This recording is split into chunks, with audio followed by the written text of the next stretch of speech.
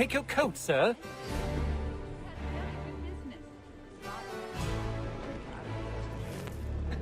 I know she didn't mean it. Ladies and gentlemen, you are requested to kindly find your seats.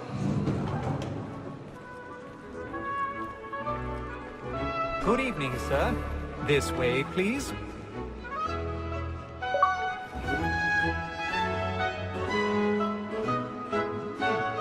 My apologies.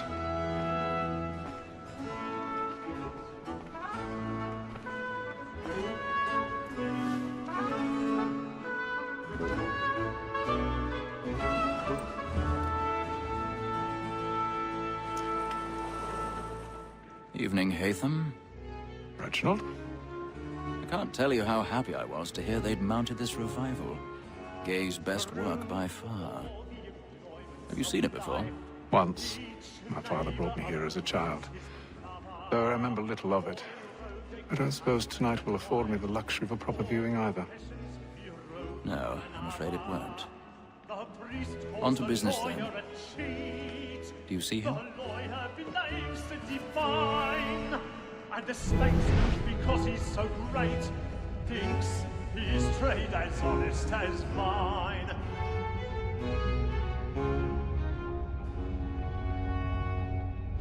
A lawyer is an honest employment, so is mine. Like me too, he acts in a double capacity. He's seated in one of the boxes above. The stairs are watched. You'll need to find another way up. And encourage cheats, since we live by them. Sir, I already have. Wall, that set word of trial comes on in the afternoon, and she hopes you will order matters so as to bring her off. Oh, as the wench is very active and industrious, you may satisfy that I'll soften the evidence. Tom Gag, sir, is found guilty. A lazy 1,000 dog. pardons. When I took him My to time apologies. before, I told him what would come to if he did not mend his hand. This is death without reprieve. I may venture to book him. For Tom Gag, £40. Let Betty Sly know I'll save her from the transportation, so I can get more by her staying in. Betty hath brought more goods into our loft here than any time of the gang. And in truth, 'tis a pity to lose so good a customer. If none of the gang take her off, she may, in the common course of business, live her 12 months longer. I love to let women escape. A good sportsman always lets the end partridges fly, because the breed of the game depends on it. Besides, here the law allows us no reward. There's nothing to be got by the death of women, except our wives. Without dispute, she is a fine woman. 'Twas to her I was obliged for my education. And to say a bold word, she hath trained up more young fellows to the business than the gaming table. Truly, Filch, thy observation is right. We and the surgeons are more beholden to women than all the professions besides. Sir, that wall that set word of trial comes on in the afternoon, and she "'Tis woman that seduces all mankind, like her we first were taught of in arms, but very nice indeed when thou seest us. She gives us some of money in Rope's causing woman that seduces all mankind, like her we first were taught of in arms, but very nice indeed when thou seest us. She gives us some of money with us.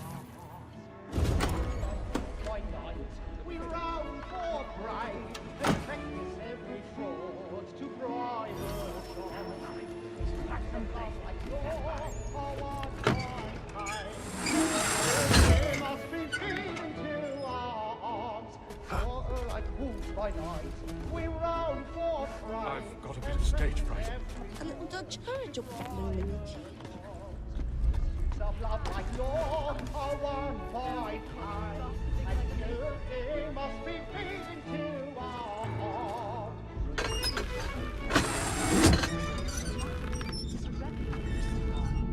Jeremy's really burning I'll on make the haste tonight. to you, He's boy, a marvel. and let me friends know what I intend. For I love to make them easy one way or other.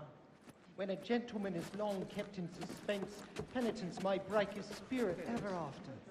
Besides, certainty gives a man a good air upon his trial, and makes him risk another without fear or scruple. But I'll away, for 'tis a pleasure to be the messenger of comfort.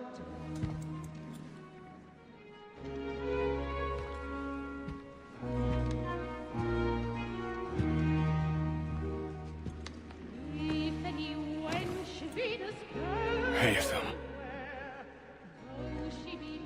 You should have come to me. We would have found another way. Yes. But then you would have known. For what it's worth, I'm sorry. As am I.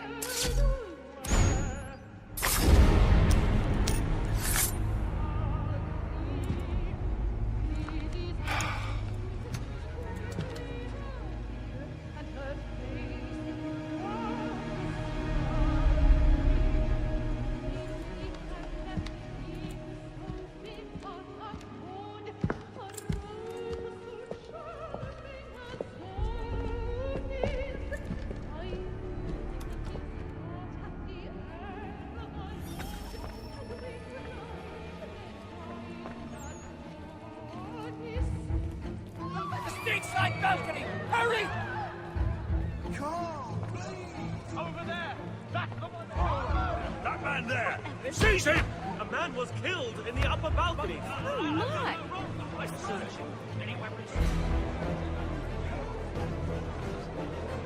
I beg your pardon. Did they find No, the corridor is blocked. Patience, please. Let us through! The man was killed up there! Try to remember.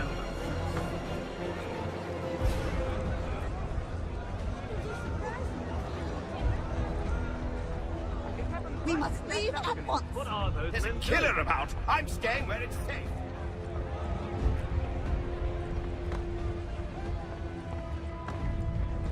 Peace, friends, there is no danger. Move! Move! Hey!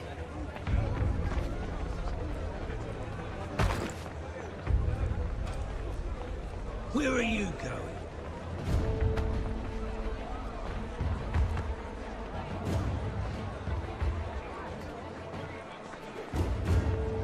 I'll search along here. You search down there. Very well. If you find anyone, give a shout.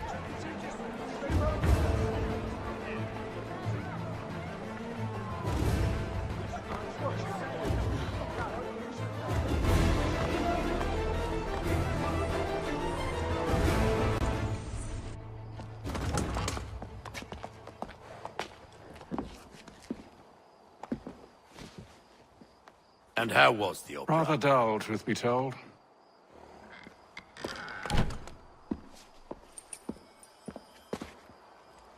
Shall we be off then? Aye.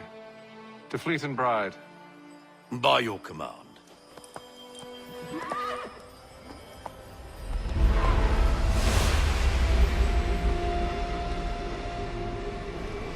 Fascinating. Gentlemen, I hold in my hand a key. And if this book is to be believed, it will open the doors of a storehouse built by those who came before. Ah, yes. Those who ruled, reigned, and vanished from the world. Do we know what it is that will be held within? It could contain certain knowledge, perhaps a weapon, or something as yet unknown, unfathomable in its construction and purpose. It could be any of these things, or none of them. They are still an enigma, these precursors. But of one thing I am certain. Whatever waits behind those doors shall prove a great boon to us all. Or our enemies, should they find it first. They won't. You've seen to that. I assume you know where this storehouse is? Ah, Mr. Harrison. Gentlemen, How fare your calculations? I believe the site lies somewhere within this region. That's a lot of ground to cover. My apologies. Were that I could be more accurate. That's all right. It suffices for a start. And that is why we've called you here, Master Kenway. We'd like for you to travel to America, locate the storehouse, and take possession of its contents. I'm yours to command. Although a job of this magnitude will require more than just myself. Of course. Upon this paper are the names of 5 men sympathetic to our cause. Each is also uniquely suited to aid you in your endeavor. With them at your side, you will want for nothing. Well, then I'd best be on my way. I knew our faith in you was not misplaced. We booked you passage to Boston. Your ship leaves at dawn. Go forth, Hatham, and bring honor to us all.